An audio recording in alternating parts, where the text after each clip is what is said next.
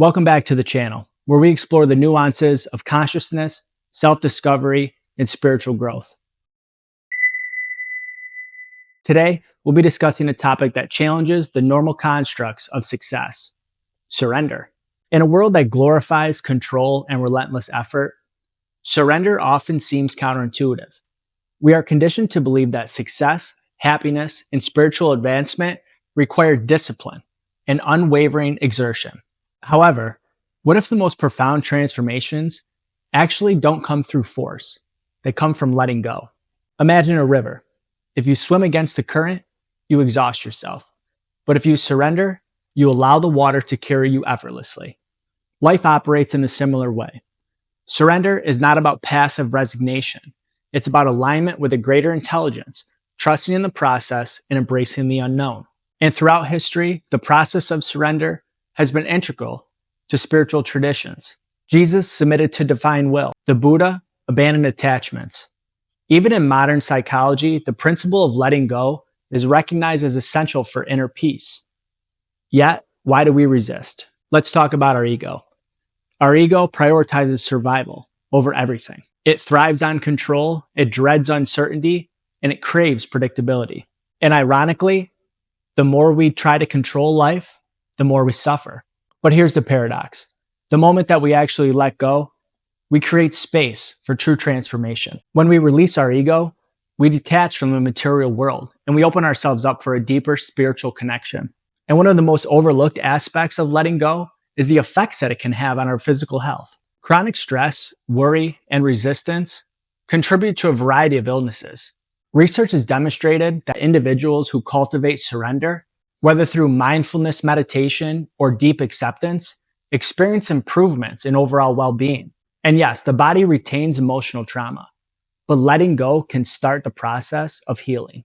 Researchers in Psychoneuroimmunology have established a direct link between emotional states and immune function.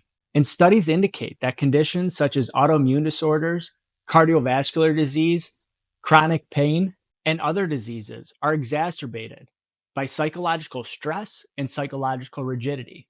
Conversely, individuals who practice radical acceptance, meditation, and surrender techniques frequently report symptom reduction and even spontaneous remission.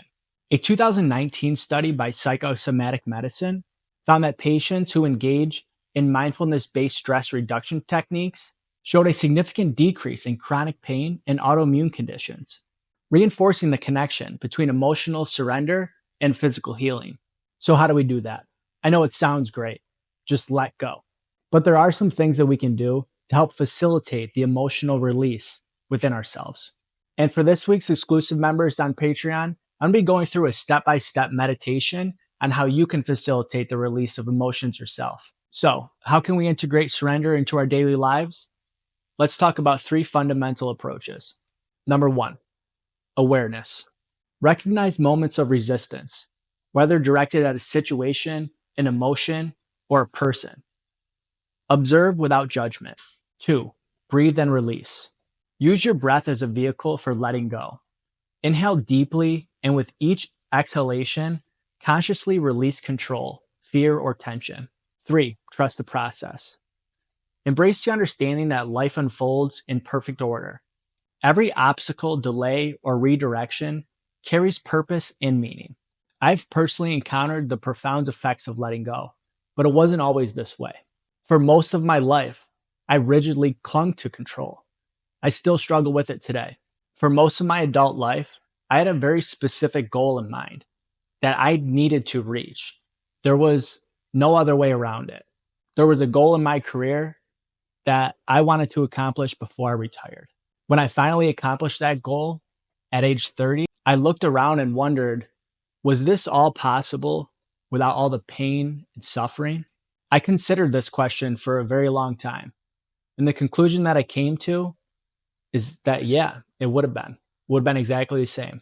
The only difference is I would have been a lot happier doing it.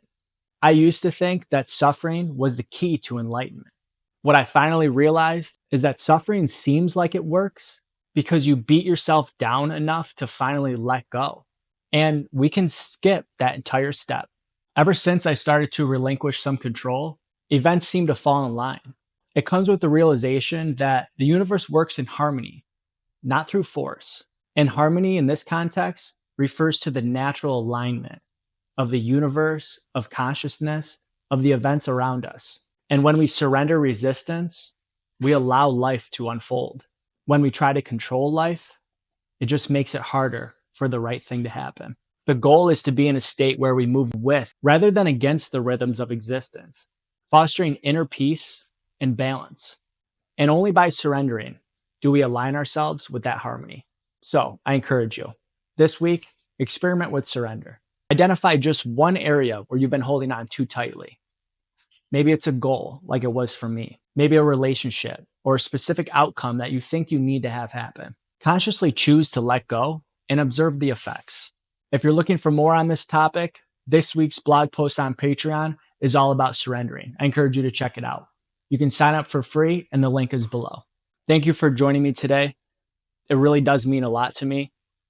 And if any part of this resonated with you, at least consider liking and subscribing.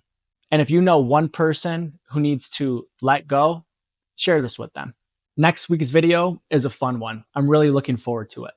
And until next time, trust, surrender, and flow.